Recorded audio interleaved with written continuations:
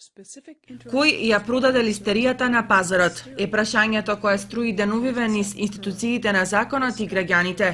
По алармантноста која ја вклучија двајцата заболени од кучани, од кои едниот заврши фатално, негодувањето во јавноста стануваат се и поголеми. После информирањето од страна на некои медиуми дали во сувомеснати производи на известна кочанска фирма е пронајдена бактеријата. И додека инспекторите се на терен и ги пребаруваат причините и одговорните за настанот, граѓаните се базираат на советите и превентивата која доаѓа од лекарите. Внимаваат што купуваат и од каде.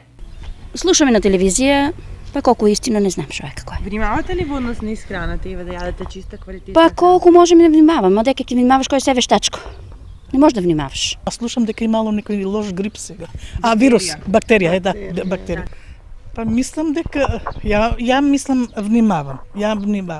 На местото јас си доваѓам од тука посебно измијат ја машината пред мене и така со мелат си мелат. Случајот со бактеријата е само уште еден пример како секој граѓанин многу лесно може да влезе во животен ризик поради нечие невнимание и несовесност. Во моментот инспекторите се на терен и вршат контрола на сите месни индустрии и месарници. Од Агенцијата за храна и ветеринарство информираат дека земени се повеќе од 200 мостри на месо од цела држава. Оттаму апелираат на смиреност, додека не се дознае финалниот резултат, кој брзо ќе покаже кој е изворот на бактеријата. Досега листериозата зарази 7 од кои 2 од кучани. Едниот од нив веќе изгуби битката со бактеријата, заедно со уште 3 други кои починаа.